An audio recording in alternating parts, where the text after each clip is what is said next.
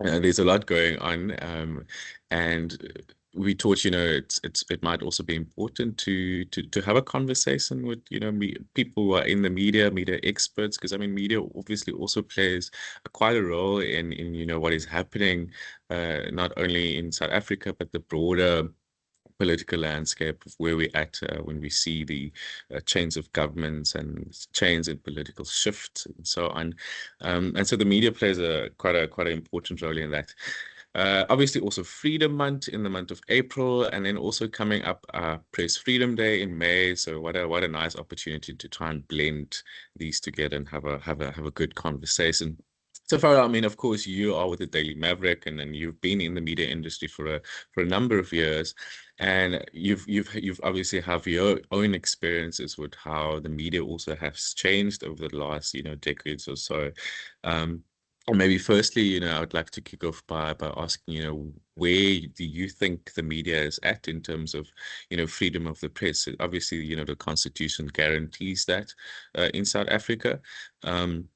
And would you say that, we still safe as a media space? So I think that we still enjoy a world-class media freedom in South Africa. It's constitutionally enshrined, and it's also deeply protected by very important institutions like the SA National Editors Forum, and then a very strong body of journalists in our country. Our public broadcaster is, of course, has been returned from the era of state capture, and so you see that it's still being the most vital way in the way in which South Africans receive their news information. So, in that sense, I would argue it's in a good space. We can never sit on our laurels or become complacent about freedom, because it's been alarming for me to watch how in the USA, in 100 days, because that's how long the Trump administration, the second one, has now been in place, you've seen media freedom really take some severe body blows and hits. And those have come from the administration itself, but they've also come from owners who kowtow to a very aggressive political administration. So for me, looking at that, it's only made me realize we really do have to protect our institutions and also our media freedom, because it can disappear just like that, as we're seeing in the US, which has always been regarded as a bastion of media freedom. Across our continent, a bit more checkered story, because Mm, in the Sahel states, you see the whole cool belt there, and when that happens, then media freedom tends to go with it. Technology has been, I would say, a boon for media freedom, because it's lowered the barriers to mm, entry. It's made information and accountability much more clear where there is the social media available. You can see people using that as a form of building democracy, and also enshrining and realizing the importance of their own voices in making their voices heard. And that also is a form of a new kind of media mm, freedom. mm. I do want to come to that social media aspect right now.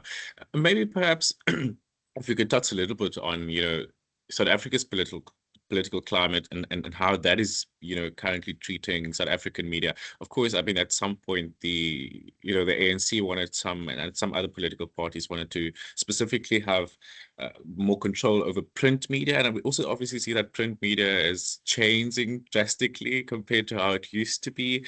Um, uh, but but is that type of pressure, still the same towards print media from, political parties around how they report on particular, political issues? There isn't really something called print media any longer. Mm, If you, there are some print newspapers left, and they're still mm, very powerful. Most powerful of which is the Sunday Times. But if you look at the mm, numbers, it's selling far mm, less than it ever used to. The IOL, the independent group, still is newspapers, but really it's a website that's the powerful thing. So I really just call it the media, the mm, mainstream media, and in that sense, you have to consider.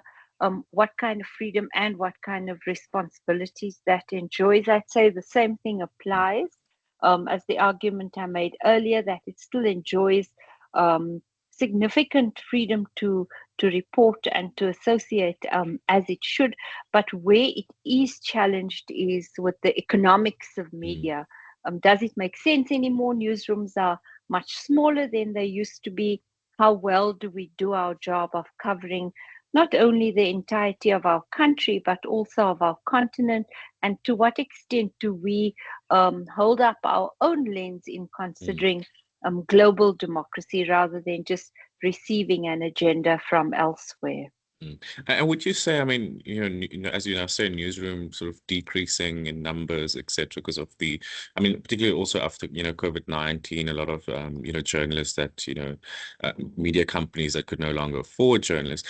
Does that have an impact on, how we, you know, news accuracy and I mean, obviously journalists carry that responsibility of ensuring that, news are accurate, that they're fair and objective.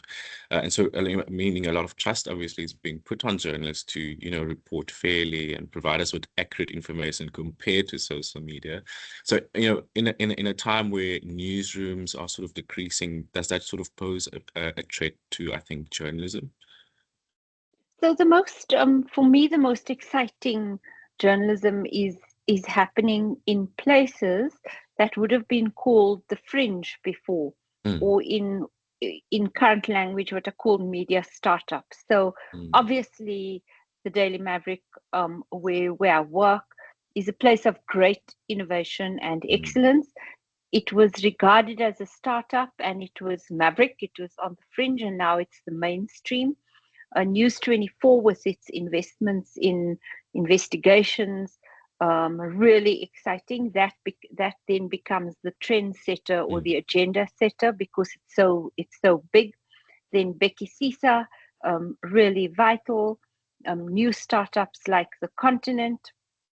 These are increasingly the places where I see real excellence.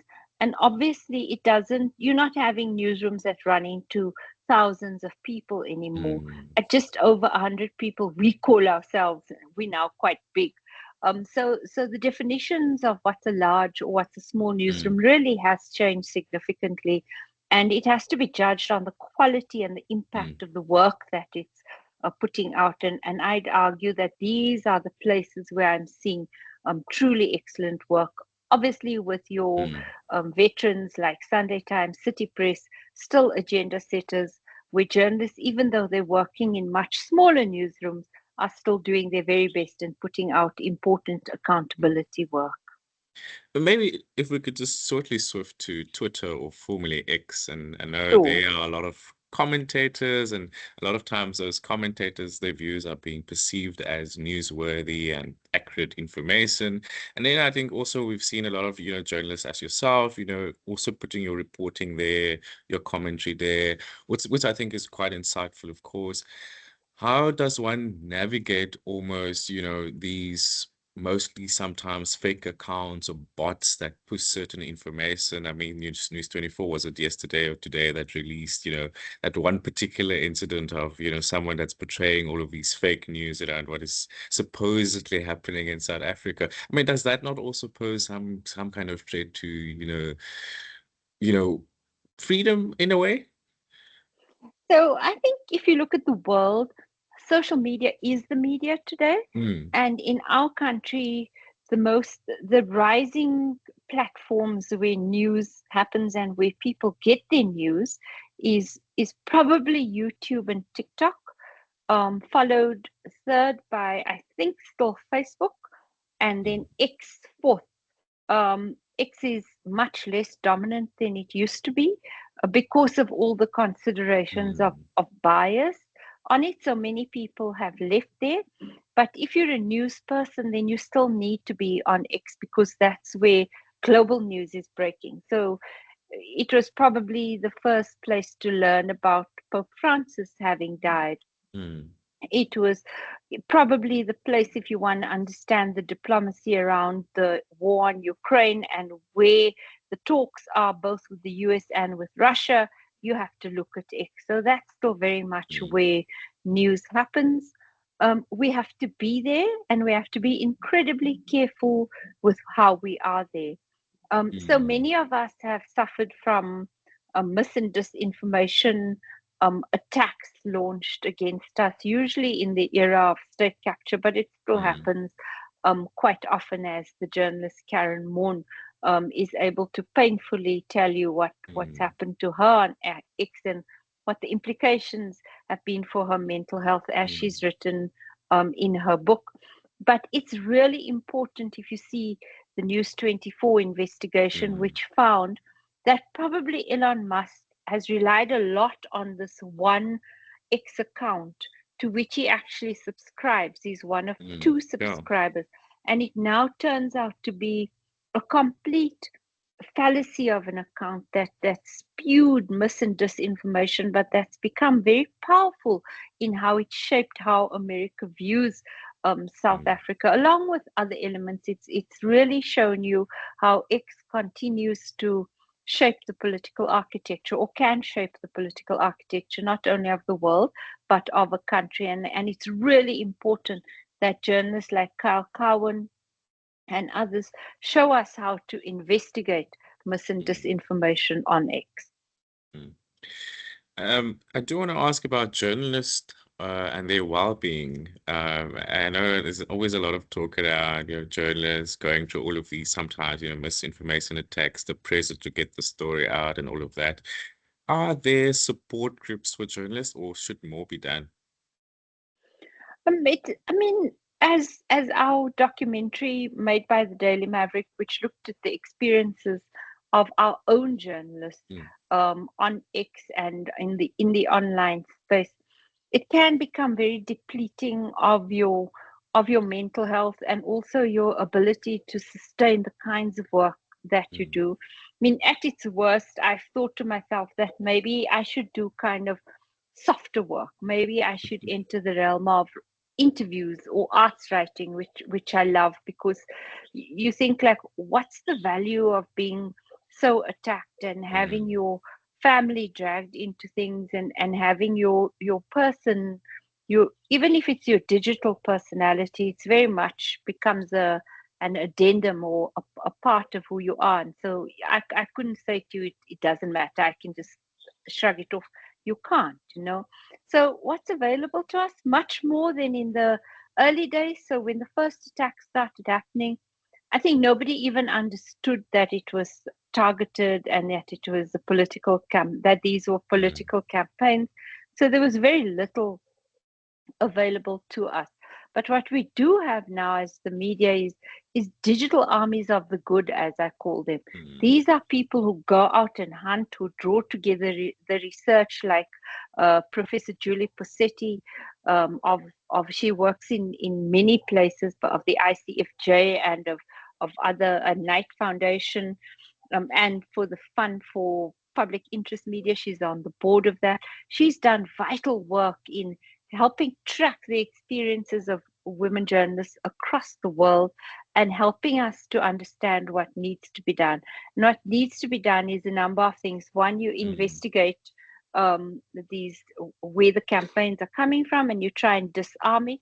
The second is extending mental health support, and then growing conscientization, not only of our industry, of for our bosses to give better support to journalists, but also our society to see that this is what's happening to your journalists. So lots of thinking and deep consideration has gone into tracking and seeking to understand this rising threat to media freedom. mm.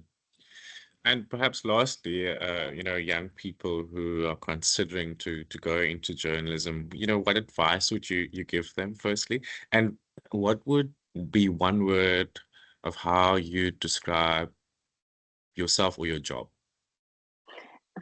So I because I'm in the field, and I'm a Mm, working journalist. I'm lucky enough to work with a lot of young journalists, mm, and what I just see there is curiosity and spunk, and the ability to walk in many worlds, and the ability to protect our country, protect our democracy, and really hold power to account. And it's those animating values of journalism that just replicates itself generation to generation. Whenever I have a chance to speak to my young colleagues, I hope I tell them enough how deeply impressed I am with them, because it's a much more complex job than it was when I became a journalist, which was quite linear. You know, you had one piece of work across a straight line. And these days, they have to work at so many levels. They have to be able to do video, they have to be able to post on social, they have to be able to do a bit of text reporting, they have to be able to take photographs. And do all that in the same amount of time is something for which I am deeply admiring of their spunk and ability. And I just hope that universities like Stellenbosch just continue to turn out these generations of people who go either into the media or into communications or into civil society, all doing the same kind of work, which is about bringing credible and good information to people, to build better societies. Absolutely. And yeah, one word, how do you describe yourself or your job? An absolute privilege. Oh, I would say it's an absolute privilege to be able to do what we do and to hopefully impact our country and our continent in important ways. sure. Thank you so much for that. It was such a pleasure Thank you, to talk William. to you. That's so Yeah, I lovely feel to chat so, to you. I look forward to yeah. seeing you at the next gathering or something. Yes, I'm Yeah? looking forward to that. Okay. Okay, William. Thank Take you care, so my much. dear. Enjoy Have a good Joburg. day. You Bye too. bye. Bye. Bye.